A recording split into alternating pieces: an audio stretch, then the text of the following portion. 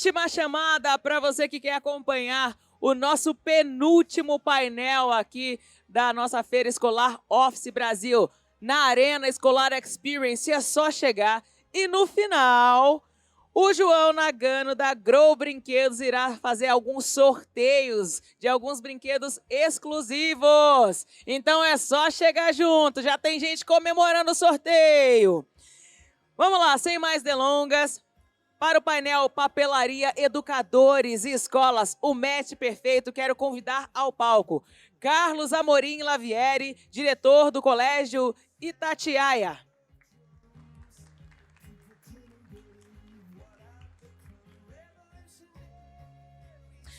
Gabriela Kogashi, diretora da Escola Lourenço Castanho.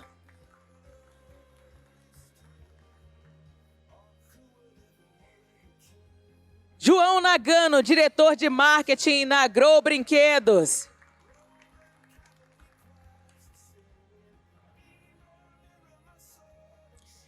E Ricardo Alves Ferreira, gerente de marketing da Certic.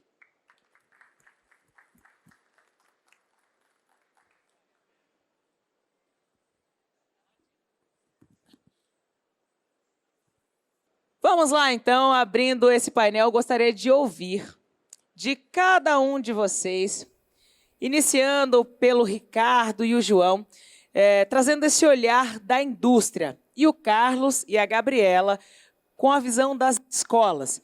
Como é atuante e como poderia ser esta relação da indústria e das papelarias com as escolas? O que vocês podem nos dizer a respeito disso? Bom, boa tarde a todos, né?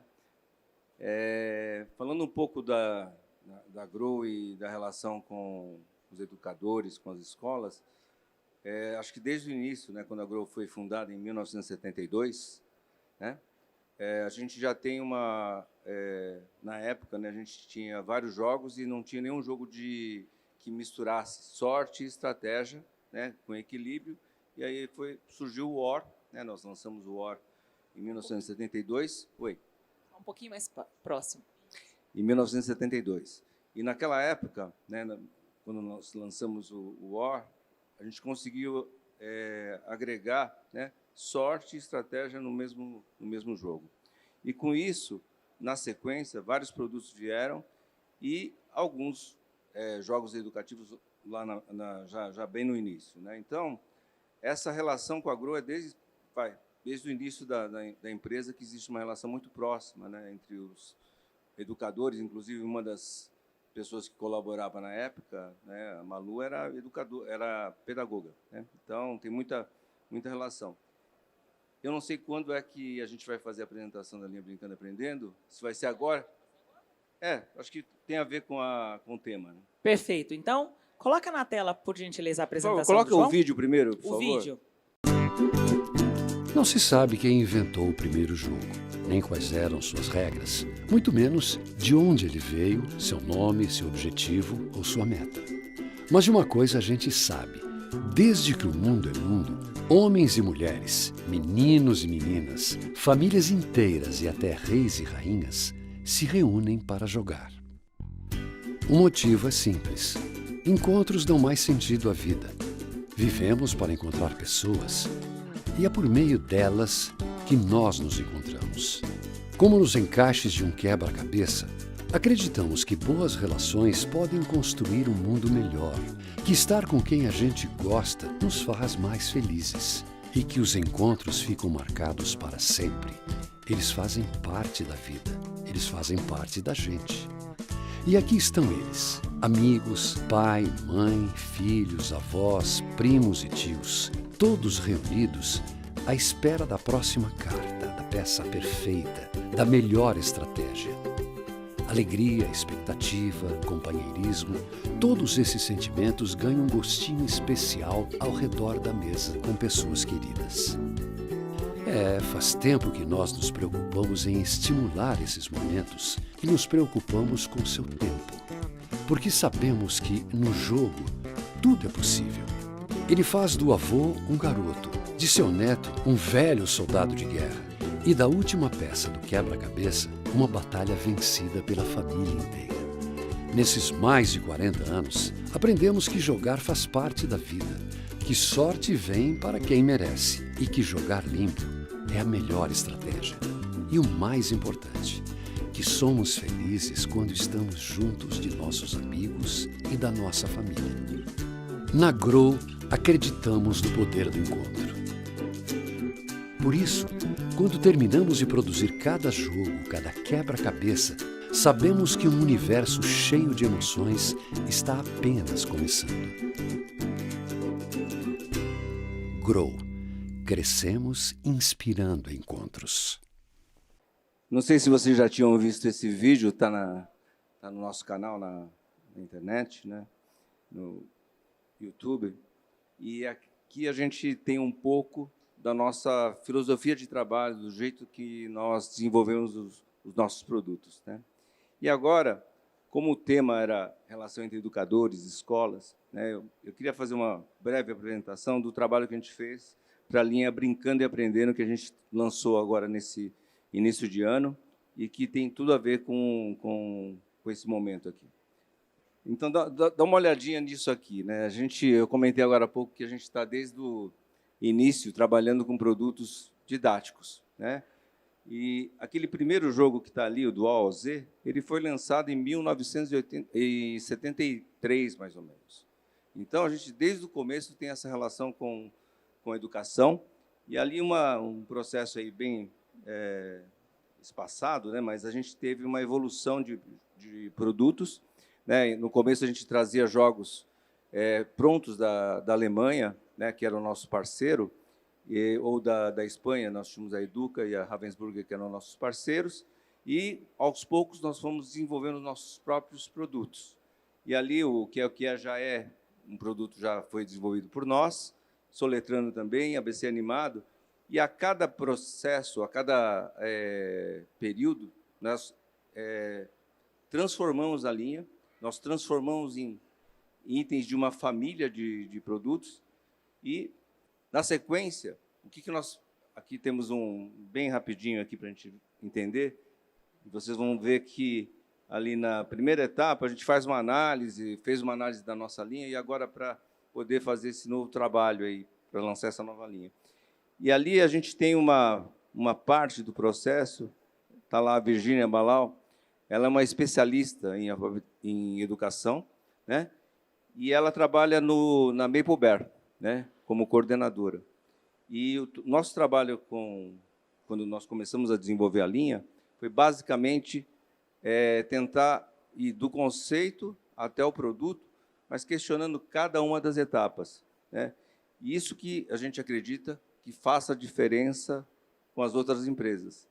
Nem todas têm esse cuidado, né? E a gente vai ver aqui um pouquinho para frente como que a gente fez isso. Ali tem alguns desenhinhos de alguns exemplos, né, do processo de desenvolvimento nosso de produtos. A gente questionou desde o conceito até todas as ilustrações. Eu vou mostrar uns exemplos aqui. Opa. Aqui são os estudos da embalagem que a gente vê. Podia pegar para mim, por favor, só esse ABC animado? Obrigado. Então, aqui está o produto final. Depois de nós fazemos vários estudos, nós temos um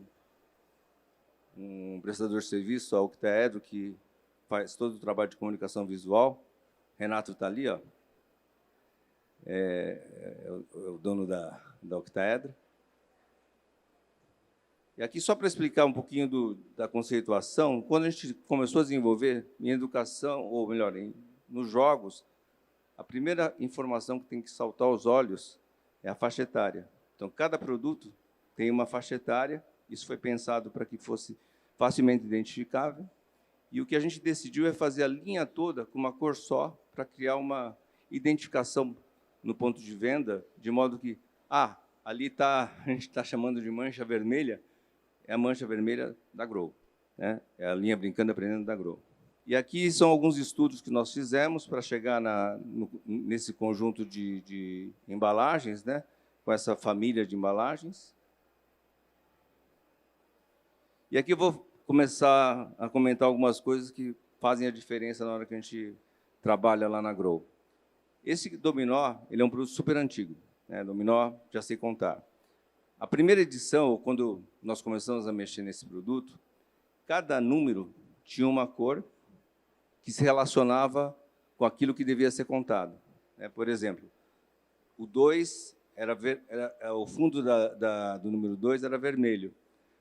Aí o que a gente imagina? É para a criança saber qual é a cor que ela tem que colocar, ou melhor, o número, para ter uma resposta. E conversando com a Virgínia na época, ela disse o seguinte: a criança é inteligente, ela não vai brincar com números, ela vai brincar com cores, que é muito mais fácil. E o produto perdia o sentido, porque a criança não identificava, né, o número com a quantidade. Então, pode ver que todos os números estão com fundo meio de madeira, assim, que é tudo igual. Então, a criança não tem como... Aí ela vai jogar, vai procurar o 2, né, vai ver, sei lá, as duas zebras, e vai procurar o número 2. Né? Então, Legal. É assim que funciona. Né? Opa! Aqui é um exemplo também dos nossos cuidados que a gente tem, são os cuidados com os detalhes. Né?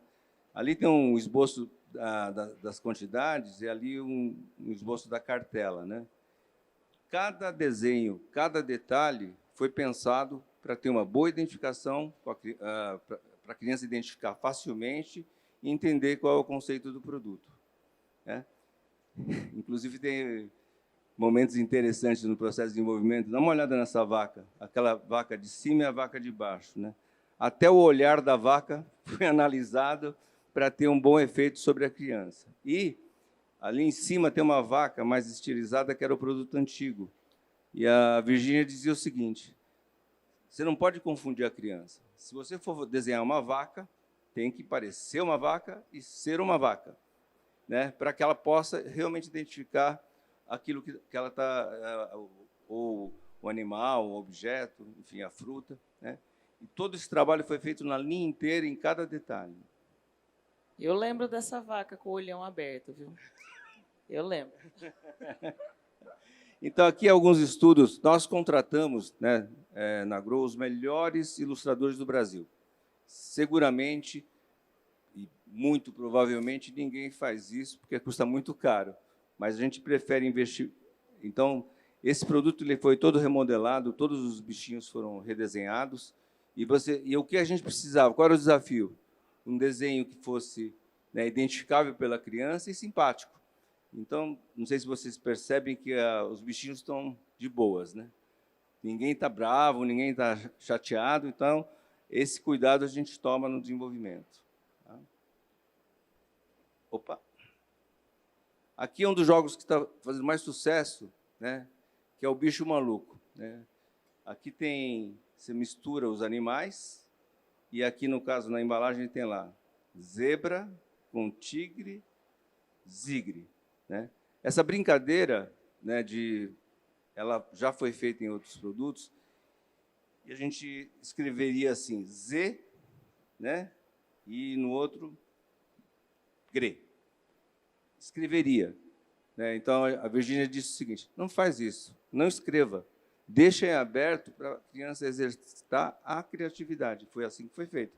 Então, as cartelas não têm, né, a parte escrita embaixo. A criança vai ver zebra, vai ver caré, ela pode fazer zebra com jacaré, zecaré, zecaré, jacaré, né? E cada um vai fazer a sua combinação que quiser. Legal, João. E aí vai, assim, esse produto aqui também é bem diferente, é o troco-troco. Esses todos são distribuídos nas escolas? É a do Brincando? Da Não, série? a gente vende nas lojas, tá, mas as escolas podem procurar. E eu vou dar uma aceleradinha aqui, né? É só para... Opa! Temas diferentes como... Ninguém faz jogo de troca ou troco. Alguém já viu algum jogo de troco? Educação financeira, olha lá. Aí é bem simples, o objetivo é ficar com o menor número de notas possível. Né? E aí a brincadeira acontece assim, e assim vai. Né? Temos os bingos. Opa! Beleza. Então é isso. Maravilha, João. Obrigado por compartilhar com a gente. Em tempos de tecnologias, em tempo de digitalização, ter ainda brincadeiras como essa, a Grow, que é uma marca, aí, como foi colocado no vídeo, há mais de 40 anos no mercado e também buscando se inovar, é muito necessário. E até quero saber da Gabriela e também do Carlos, enquanto visão de escola, essa questão da introdução de brinquedos como esse, brinquedos de forma lúdica, educação financeira, como tem sido para vocês? Pode começar, Gabi. Boa tarde. Eu acho que talvez, não sei como, né, meu colega aqui vai falar um pouco mais do lugar da escola, né, mas a gente tem um desafio enorme, né, porque andar por essa feira é perceber que a escola está aqui dentro, né, e isso está dentro da escola. E quais são os limites, como é que a escola lida também com algo que hoje é olhar para tudo isso e entender que para muitos alunos é muito importante ter isso dentro da escola, porque cada vez mais eles querem abrir mão do que é tátil, daquilo que ele quer ter. Então, antigamente, acho que na época que eu estudei, a maioria abrir o estojo com um monte de caneta colorida era um problema enorme. Hoje a gente lá na escola fala, deixa vir a caneta. Melhor a caneta está aqui, deixa colorir, deixa brincar com lettering, porque a gente sabe que é importante também ter habilidades que a papelaria, ela precisa estar conosco. Agora, sem dúvida, o que eu tenho para dizer é, quanto mais a indústria puder conversar com o pedagógico, né? João trouxe aqui exemplo de uma parceira, de alguém que foi entendendo como estes jogos podem entrar na escola. Nós temos alguns deles, só que a gente também investe muito na formação dos nossos educadores e muitas vezes eles vão produzir materiais tão interessantes quanto e vão fazer uso em outras situações, né? Então, eu acho que, para nós, na escola, hoje, sem dúvida, a parceria é fundamental, Lu, fundamental. Quando é uma demanda que não é fácil para nós, diretores, conversar com todos os representantes, entender. Muitas vezes a gente quer explicar só por que a gente pede para determinada faixa etária um modelo de lápis. Não é porque a gente quer a marca, a gente precisa adequar, né, pensando no todo, para que atenda todo mundo. A gente quer aquela empresa que olha para uma paleta de cores e amplie essas cores para as questões de pele, para tudo, né? Então, esta conversa com o pedagógico, para mim, é algo que é fundamental nas escolas. Legal. Acho que é isso. E sua visão, Carlos? Oi, boa tarde para todos. Eu estou aqui como Colégio Tatiaia. Só para explicar, é uma escola basicamente de educação infantil. A gente tem 7 unidades de educação infantil e uma unidade de ensino fundamental.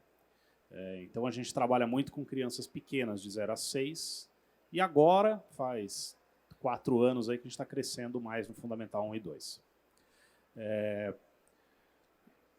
A minha visão aqui, eu concordo muito com coisas que a Gabriela trouxe, no seguinte sentido, eu acho que toda vez que você pensa em escola, você tem que pensar que escola, antes de ser negócio, é ambiente educacional. E eu acho que a gente entra numa situação que, quando a gente fala de papelaria e de produtos pensados para a escola, que é mais ou menos resumida no seguinte: a Reggio Emília, o pessoal de Reggio, né, não é Reggio, quem falou é uma Malagute, mas o pessoal de Reggio vai dizer o ambiente é o educador também, como professor. É o terceiro educador, né? Então, os materiais que você põe dentro desse ambiente também atuam nesse sentido. Eles também estão formando o ambiente escolar, eles também estão ensinando, eles também ensinando para o bem ou para o mal, vamos deixar claro. Tanto que essa discussão hoje sobre livros digitais, celular na escola, tudo isso está aí dentro dessa guerra da discussão do que está dentro da escola, certo? Os jogos, com certeza, ajudam muito, e adorei a linha, viu? Alguma coisa ali a gente já usa, e até acho que você perdeu um pitch de venda porque tem uma questão de bilinguismo, né? A gente trabalha com a educação com os pequenininhos, é muito interessante você usar uma coisa que tem um material que dá para você usar nas duas línguas. E ali você tem muita coisa bilíngue, porque não é em uma língua, é bilíngue, certo? Então, os jogos com certeza ajudam e, obviamente, os materiais fazem parte da escola, não tem muito jeito. Lápis, papel, caneta, pasta, etc., com todas as questões que eles trazem, de você chegar numa papelaria hoje e encontrar uma coluna de livros para menina, uma coluna de livros para menina, e aquela mãe que não gosta nem de carrinho, nem de boneca, fica olhando para a papelaria e vai embora da papelaria, e o proprietário da papelaria nem sabe que o negócio dele, agora vamos falar de negócio, não está vendendo porque ele não entendeu que ele já está lá na frente, assim, que às vezes a mãe não quer marcar o material da menina. Estou dando um exemplo. Óbvio que tem o contrário, tem a pessoa que vai especificamente atrás do material para falar, não, o meu tem que ser rosinha. Tem as duas discussões aqui. Mas eu só estou querendo dizer que essas discussões todas, elas chegam para fora da escola e elas hoje são mediadas muito por uma indústria. A indústria tem uma visão de comercial da questão, mas eu gostaria que a indústria tivesse essa percepção que não é só uma questão comercial, que ela, como disse a Gabriela, vão conversar com o pessoal da educação, porque vocês estão falando do nosso futuro quando vocês montam esse material. E o papeleiro está falando do nosso futuro quando ele vende alguma coisa para a criança. E isso vai gerar conflitos na escola, a criança... E tem escola que não aceita a marca, por exemplo. Não pode ter o personagem dentro da nossa linha pedagógica. Tem escola que não está nem aí se tem um personagem, se não tem um personagem. Tem os conflitos que isso gera da criança que abre lá o seu estojo com 500 canetas e a do lado que não teve dinheiro e comprou a mais básica de todas. Tudo isso vai acontecer no dia a dia escolar, todos esses problemas que vão nascer na papelaria. Problemas ou desafios. E aí, portanto, oportunidades, como o clichê diz, né? Tá bom, acho que vou devolver. Não, é que eu estou pensando aqui, ontem, o Adriano, da Dom Cabral, trouxe que no Japão existe uma marca, eu não vou me lembrar o nome da marca agora, se alguém esteve aqui e lembrar, que ela estabeleceu essa questão de não haver marca. Então, dentro de uma loja, sabe o nome dessa loja? A Moji. Isso, dentro da loja tem uma gama de produtos dos mais variados, totalmente setorizados, sem marcas, né? Então, talvez pudesse atender aí um pouco essa demanda de preço e tudo mais. Só para contar, a gente chegou na escola a desenvolver um personagem da escola, porque era um tal de querer usar personagens de licenciamento que não são licenciados para fazer cartaz de lavar a mão, para fazer um corredor ali, até use máscara na época do Covid lá. Agora a gente tem um personagem, a gente bota o nosso personagem, que a gente sabe que ele não vai nunca vender sabonete ou, pior, cigarro no futuro, né? Então, você consegue fazer a coisa com alguma ética. Mas são questões, e você precisa parar para pensar nisso. Esse é o ponto. São muitas questões. E aí, voltando para a indústria, que vem sempre se atualizando, trazendo novidades de conceitos, de marcas, de modelos, como que vocês estão prevendo novidades para o segmento de materiais escolares e pedagógicos? Quer falar, Ricardo? Vamos lá. Bom, essa pergunta é muito interessante, porque quanto mais a gente imagina que não tem nada mais a se criar, mais se cria, né? Através da empresa que eu trabalho, a Certic, esse ano a gente está lançando, por exemplo, nessa feira, um caderno europeu que se chama Oxford, que traz um aplicativo para escanear o conteúdo, guardar na nuvem, se organizar de uma forma que eu acredito até positiva, porque é um caderno para quem gosta de estudar, se organizar em relação ao estudo, esse conteúdo, compartilhar, tem geolocalização. Um aplicativo importante e interessante, né? Até para poder ter esse recurso que está na mão, né? Do consumidor. A questão, eu acho muito importante isso que eles falarem, eu gostaria de voltar a esse assunto, porque realmente é uma preocupação, inclusive, como marca, porque, óbvio, a gente como marca, obviamente, quanto mais consumir, mais você vai gerar. Mas é uma das coisas que eu mais me preocupo é a questão da inclusão. É uma coisa que me afeta muito pessoalmente, talvez também pela minha própria história. E a gente trabalha muito isso em termos de comunicação, a questão da responsabilidade em relação a isso, sabe? Eu acho importantíssimo que, como indústria, a gente tenha um olhar para isso, que não é o consumo pelo consumo, o consumo consciente, o consumo organizado e o consumo inclusivo. Então, como marca, assim, eu gosto sempre de salientar isso e eu utilizo muito isso em todas as premissas de realização dos nossos trabalhos, sabe? De como conduzir isso para o consumidor de uma forma consciente, não só para esse consumidor, mas o próprio pai e o aluno, sabe? E o professor, que é muito importante nessa formação dessa consciência também. Então, eu só queria salientar essa fala dos educadores e tudo mais, do responsável pelas escolas, que, como marca, é uma preocupação muito grande nossa também. E esses recursos e essas novas aplicabilidades que se vão ter sobre os produtos também são inimagináveis, né? Hoje em dia você tem smart pens que você escreve e você também já vai gerando esse conteúdo direto para um aplicativo, quer dizer, são infinitas as possibilidades. É muito interessante que com o advento da tecnologia a gente, né, poderia imaginar que se escreveria menos, mas nunca se vendeu tanta caneta ou tanto lápis, tanto produto para escrita quanto hoje em dia. Então, realmente, o consumo ele não diminuiu, ele está aumentando, porque, olha, aquela moça ali fazendo uma arte... A Jade, olha lá, né? Maravilhosa. Tá compilando aqui. Palmas para Jade, tá Palmas, compilando Jade. as ideias, assim como os demais artistas. Exato. Quer dizer, o lettering, como foi citado, né? Tudo isso, eu, na minha época, tinha aula de caligrafia, hoje em dia já não tem mais, não sei se tem. Tem ainda? Puxa vida, eu fico vendo até a dificuldade, às vezes, das crianças produzirem uma letra bonita, assim.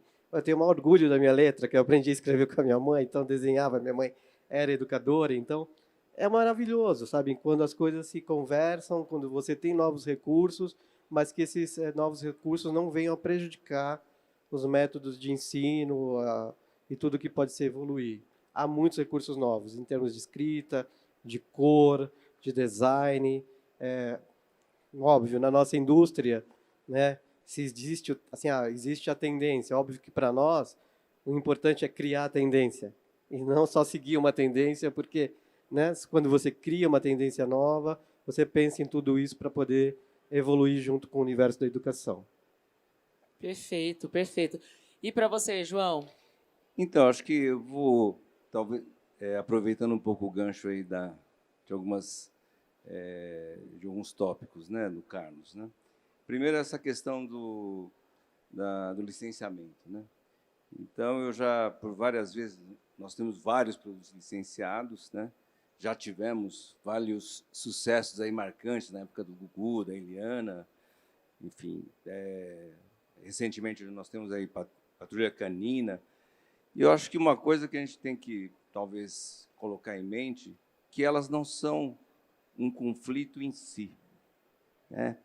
Eu acho que a gente tem que tirar a vantagem disso, né, para o bem, né? E isso, às vezes, significa, sim, lançar uma linha de produtos com aquele personagem.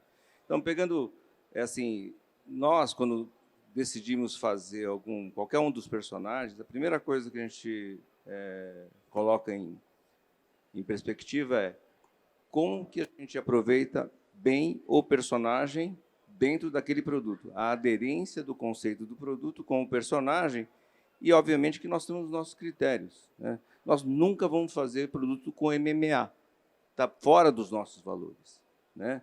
Então, é uma escolha que as empresas têm, né? A gente tenta sempre escolher, obviamente, algo que vai fazer sucesso, mas que tenha a ver com o público-alvo, enfim, né? A gente tem esses critérios aí para fazer com que uma coisa complemente a outra.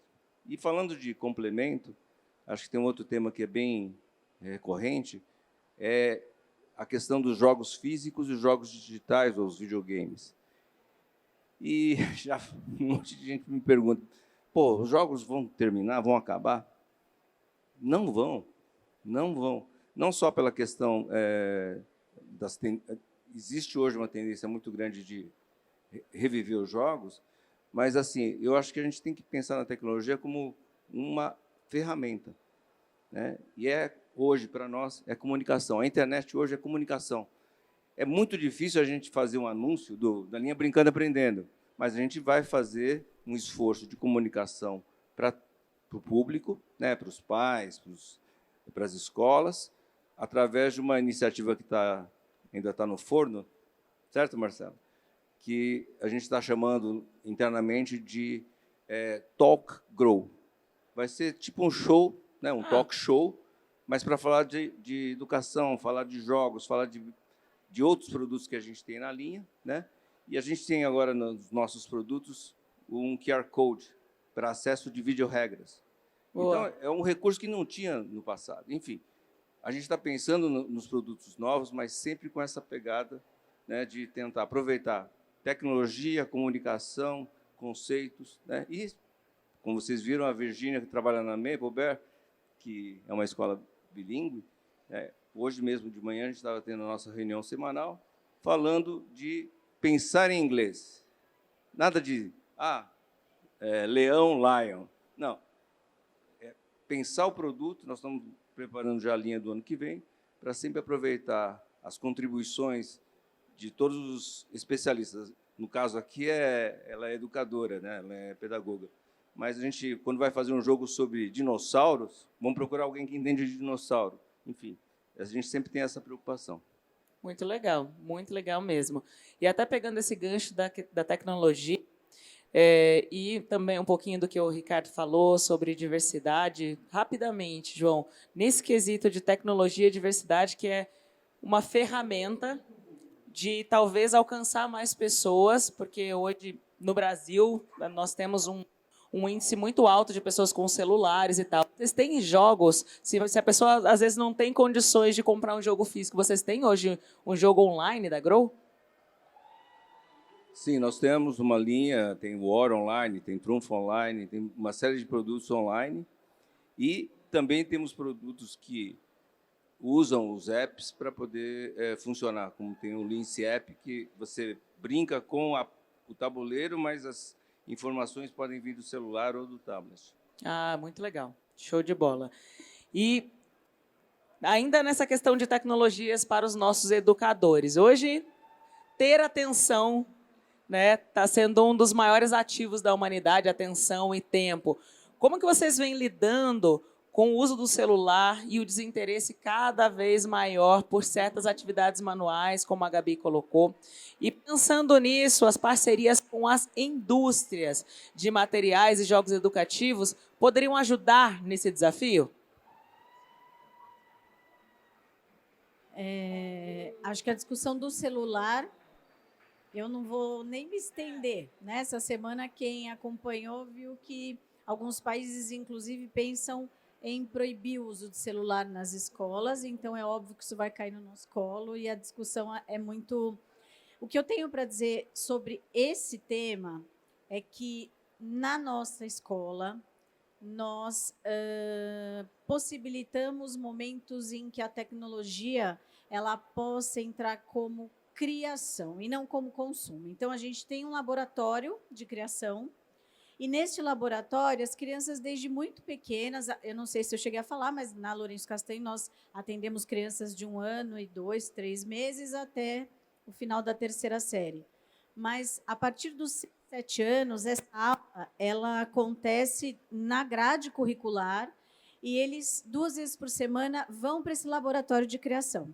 Então, esse laboratório vai ampliar o conhecimento que essas crianças têm, e não só sobre o coletivo, mas também como protótipos pessoais, e aí a gente lança a mão de uma porção de materiais, sim, dos mais diversos.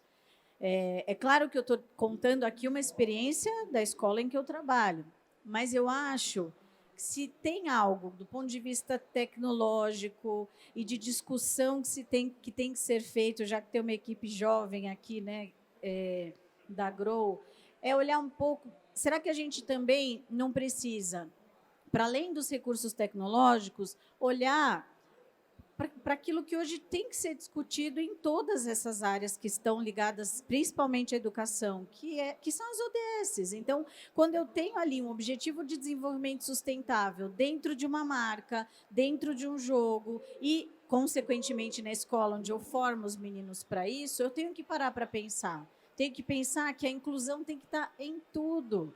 Eu tenho que parar para pensar que sustentabilidade, a marca traz um conceito de sustentabilidade, né? Então, essas questões são muito discutidas. A gente sabe que novidade é o que mais aparece, né? Daqui a pouco, realmente, os meninos vão pensar, algo já vai legendar o que eles estão pensando. Mas quem ensina a pensar? E como? Então, acho que, se eu puder contribuir com essas, acho que essas perguntas já estou feliz hoje. Obrigada, Gabi. E você, Carlos? Depois da Gabi é difícil, hein? Vamos lá. Eu acho o seguinte, se você pensar em tecnologia e a discussão do celular, vou começar por ela, nós temos um problema e é bom deixar claro. Gente, criança pequena é para ficar no celular. Vamos repetir, não é para ficar no celular criança pequena. Não é solução. O pessoal usa celular para calar a boca de criança. Bota a criança sentada, mete o celular na mão dela, ela fica lá. Você daria pinga para o seu filho para ele ficar quieto? É mais ou menos a mesma coisa, certo? Então, entendido o óbvio, que é óbvio, mas a nossa cultura ainda não absorveu, e você vê pessoas defendendo. Não, tem que ter o direito de deixar o meu filho ver o celular. Quem é você para discutir se meu filho tem o direito ou não de ficar no celular? Acho que a pandemia atrapalhou muito, porque a gente deixou passar a boiada, abriu a porteira e todo mundo teve aula no celular e aquela resistência inicial foi para o buraco. Mas o celular, como instrumento de educação, eu acho que ele deve entrar muito para frente mesmo. É coisa de Fundamental 2. A gente pode até fazer como faz a Gabriela, um pouco de introdução antes. O que não dá é para a escola se tornar um ambiente de estímulo ao uso do aparelho. Não dá para a escola exigir das famílias a compra de um tablet ali no Fundamental 1 ou começar a pedir que a criança tenha um celular e leve. Porque você chega no recreio, está todo mundo em volta daquele que tem um celular. Certo? Não precisa, os outros pais que estão brigando para não ter estão enfrentando o fato que tem um lá que tem um celular ligado na internet e estão todos bobeando ali. E as pessoas também não entenderam que celular não é igual ver televisão. O celular é uma máquina de viciar. O que o celular faz é fornecer informação. Informação que lhe agrada. A informação consome atenção. Tem que ter essa clareza. Então, na hora que você está prestando atenção naquilo, você não está prestando atenção em mais nada. Faz mal, gente. Faz mal para a gente. Nós somos velhos, com o cérebro tudo estragado e pronto já. Para quem está formando ainda, é arriscadíssimo e a gente não parece ter acordado para isso ainda. Tudo bem, acho que isso tem pouco a ver com a discussão. É importante, mas acho que tem pouco a ver. Tem muito a ver com a outra discussão, que assim, não quero tanto celular. O que acontece com as outras atividades, né? O que eu estou perdendo lá quando eu fico o dia inteiro fazendo isso aqui? E não sei se vocês viram o vídeo do japonesinho dormindo, que ficava fazendo assim. Ele sonhando, uma criança de 1 ano fazendo assim, uma coisa assustadora. Então, o que eu estou perdendo? Vamos entender. Brincar com massinha, brincar com lápis, riscar um carvão no chão, fazer um desenho com giz, todas essas atividades de motora fina, toda essa mobilidade está formando conexão neural. Tem um livro que chama The Hand. É um livro, já tem uns 15 anos. E é uma pessoa que estudou, é o Frank Wilson, eu acho, ele estudou como a formação do cérebro está vinculada ao que você faz com a sua mão. Tá? E vai mostrar que assim, a cultura humana tem muito a ver com essa motricidade. Nós não somos o polegar opositor, não é isso que nos define. O ser humano é aquele bicho que tem um polegar opositor e tal. Se você desenvolve essas competências, isso vai mudar um monte de coisa lá para frente. E você pega, por exemplo, as culturas orientais, eles trabalham com alfabetização a partir dos 4 anos. Em tese, eu nem gosto de alfabetização precoce, mas eu gosto do exercício da motricidade fina sendo exercido nessa idade. Isso vai gerar outras qualidades. E como a alfabetização deles, no final, é um desenho, pelo menos no início, se eles não começassem com 4 anos, eles não alfabetizavam nunca. Tá? Eles têm 10 mil caracteres para aprender. Então, Eles precisam começar com 4 anos. Pelo amor de Deus, não exijam alfabetização aos 4 anos. É só para entender que eles, desde pequenininhos, estão fazendo esse tipo de exercício e isso está reforçando algumas conexões. E nós estamos perdendo isso para a criança ficar ali fazendo assim, certo? Ou fazendo assim, se é um joguinho que fica batendo e coisas assim. A indústria pode colaborar tentando alternativas que não sejam no celular, e se forem no celular, que usem esse tipo de habilidade no celular, que exijam isso. É que é difícil, porque isso é mais trabalhoso, é mais custoso, e, portanto, vai dar menos prazer barato. Tá? Era aí que está a pegadinha do negócio, é o prazer barato que está sendo recompensado. Tá. Além disso, dessa conversa do celular e da conversa da tecnologia, a tecnologia... Acho que assim tem um monte de coisas legais que não são necessariamente a tela. Um monte de coisas na tecnologia que são o som, que são a capacidade de criar desenhos, são a capacidade de você... Puxa, tem umas canetas cores, hoje... né? Tem umas coisas incríveis, os materiais que eu fico embasbacados aí. E aí, talvez a indústria esteja bobeando, no sentido que, assim, eu vou, por exemplo, numa loja de material de construção e tem lá um pessoal ensinando a usar... Faça a sua cadeira, aprenda a usar o nosso impermeabilizante. Mas é raro eu entrar num lugar e encontrar alguém ensinando a fazer desenho usando uma caneta diferente, ensinando a fazer colagem, crafting com aquela coisa por exemplo, tem parece um grampeador, assim, que você faz assim, ele cria uma fita. E todas essas coisas a gente precisa estimular. Dentro da escola e fora da escola. Se a indústria estiver fazendo você pode construir um canal de ficar mostrando... como é que faz isso? Já que ela está no celular, pelo menos ela aprende a fazer craft em vez de ficar vendo alguém jogar jogo a tarde inteira. Porque até isso a criança fica lá assistindo o YouTube da mulher jogando o jogo. Ela nem joga mais, ela assiste alguém jogando. É esse o nível do desprezo das atividades. Acho que é isso, não sei. É o ensino a pensar, como a Gabi colocou, né? Exato, quem ensina né? a pensar Como é o ser humano. Pois é. Né? Pois a tecnologia contribui, mas somos nós que fazemos esse trabalho de ensino. Acho que a gente não tem ainda a dimensão do que pode acontecer em função da gente estar deixando rolar isso meio solto. E tem que ser um trabalho coletivo, que passe pela indústria, que passe pela gente e que passe pelos pais. É um trabalho coletivo de perceber, olha, gente, nós vamos mexer na nossa cultura para diminuir esse uso. Sim.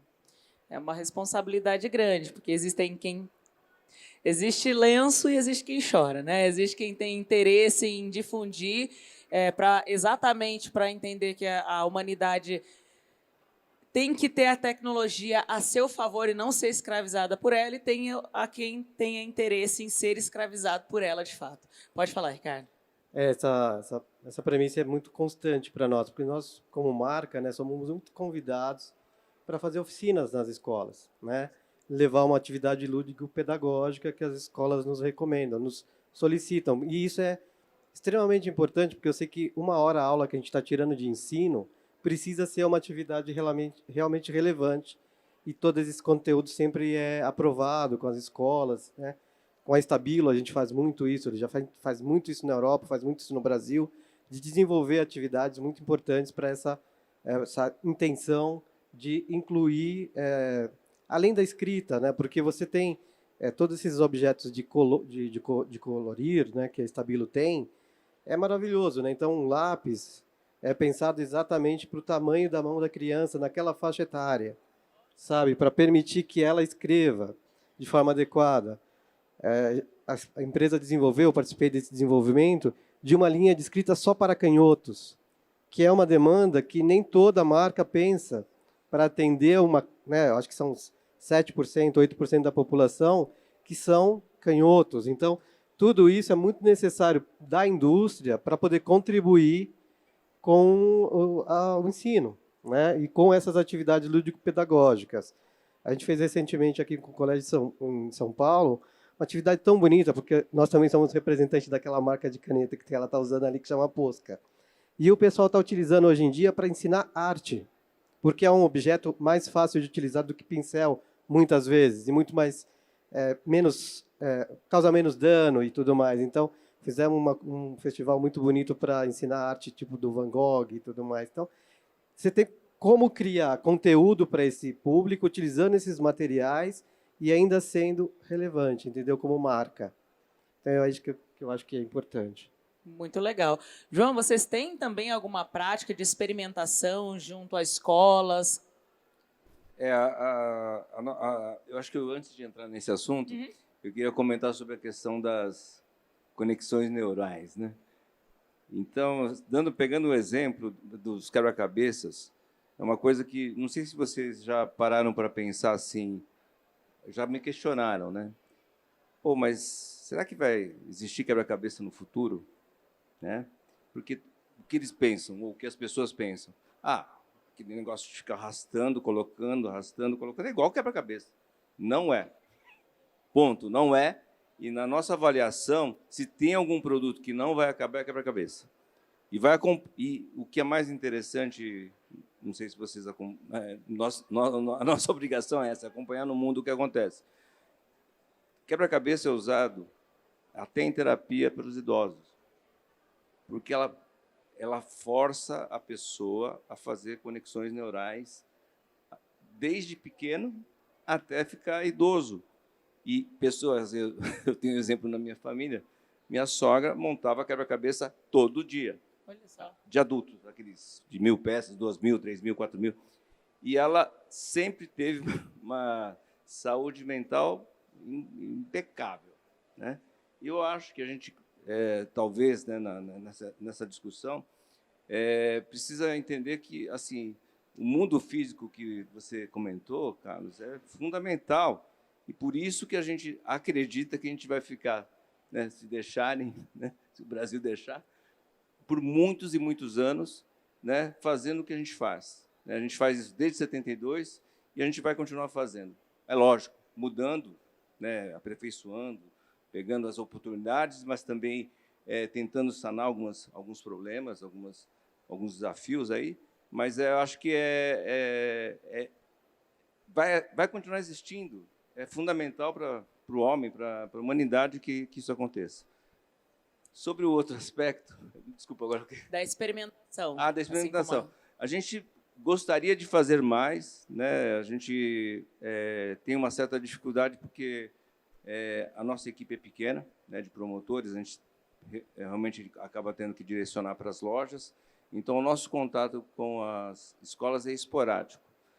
Nós estamos agora conversando com o pessoal da Maple Bear, a gente vai fazer uma parceria, eles toparam, né?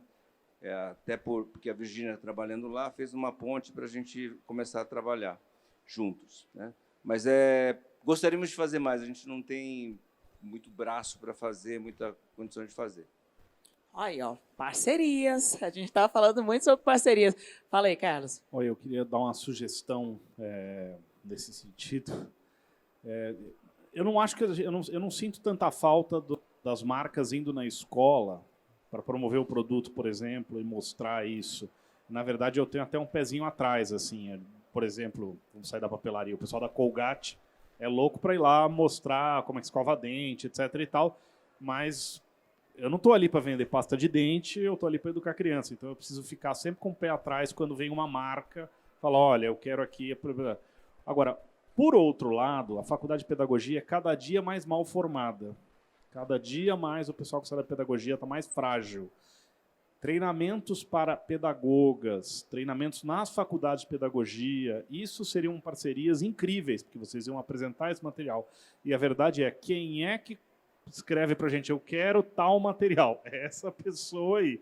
Então, pensando comercialmente faz sentido, e pensando para o que a pessoa vai trazer para as crianças também faz muito sentido. Porque parte do problema é, se a pessoa não sabe usar o material, e ela é a instrutora que vai trabalhar com as crianças, o resultado é fraco.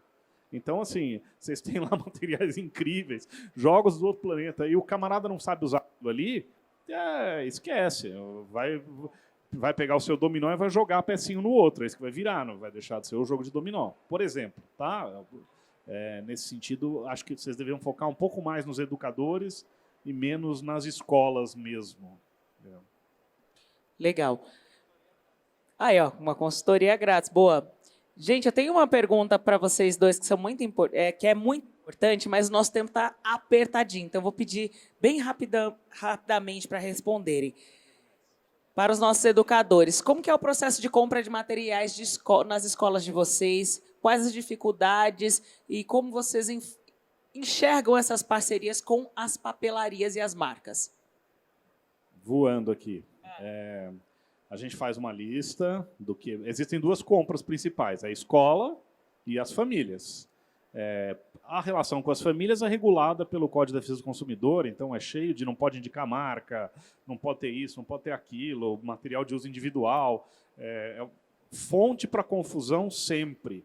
Sempre acham que o meu negócio não é vender educação na escola, meu negócio é ganhar um troquinho na papelaria. Não faz muito sentido, mas é o medo que o pessoal tem de você estar enganando eles ali na lista do material. Então, a lista do material dos pais é uma peça que é construída em função dos projetos determinados na escola. No início do ano, ela sofre alteração. É um problema essa legislação do jeito que está, porque o que eu faço se o professor que trabalha para o projeto e na educação infantil é basicamente projeto? O que eu faço se ele resolveu no meio do ano que ele, em vez de usar tinta guache, ele quer pintar a camiseta, ele quer uma outra tinta. Então, a coisa tem ali um espaço para dar besteira. Que tudo bem, a gente compra, a gente dá um jeito e compra lá dentro da escola mesmo e substitui. Uma compra eventual acaba saindo caríssimo, porque essa é aquela que você faz na primeira papelaria que você achar. As outras duas compras, a das famílias, você dá uma negociada com algumas redes, oferece a opção de a família comprar lá, ou eu mesmo compro, me pago uma taxa, eu faço uma compra coletiva. E a compra da escola, uma vez por ano uma compra grande, 2 vezes por ano uma compra grande, que tem ali no começo do semestre. E também, toda hora, tem alguém que me aparece lá e fala: eu queria uma bola de isopor. Aí você sai cotando do jeito que dá e comprando onde dá. Muito comum você ter um pai que troca material faz um escambo ali, muito comum, os pais donos de papelaria que me faz um favor aqui, acho que é normal. Muito comum você ter um esquema com uma papelaria de bairro também, então como a gente tem várias unidades, eu sei que tem algumas que tem um esqueminha ali, e tem uma compra cooperada, que a gente junta as unidades, faz uma compra maior, vai num atacado e compra mais coisa, sai mais barato. Legal, Carlos. Para você, mais ou menos assim também? Bem parecido. A gente só tem uma taxa de material, e aí, nessa taxa de material, alguns não vão para essa lista que as famílias recebem, e a gente usa esse valor, que vai todo discriminado ali para as famílias, do que a gente vai fazer. A compra da escola, aí a gente tem um setor de compras, e eles entram em contato com os fornecedores. Aí, para as compras dentro da escola, eu posso escolher a marca do que eu quero, qual é o produto, especialmente a parte de tintas. Tenho crianças muito pequenas, né? Enfim, mas é muito parecido com o que ele contou também da Itatiaia. Maravilha, gente. Muitíssimo obrigado pela atenção de Obrigada a você. vocês. Eu ainda teria outras perguntas, mas não tem problema. Foi ótimo o nosso papo. Gratidão ao Ricardo, João, Gabi e Carlos pela participação. Palmas aos nossos painelistas.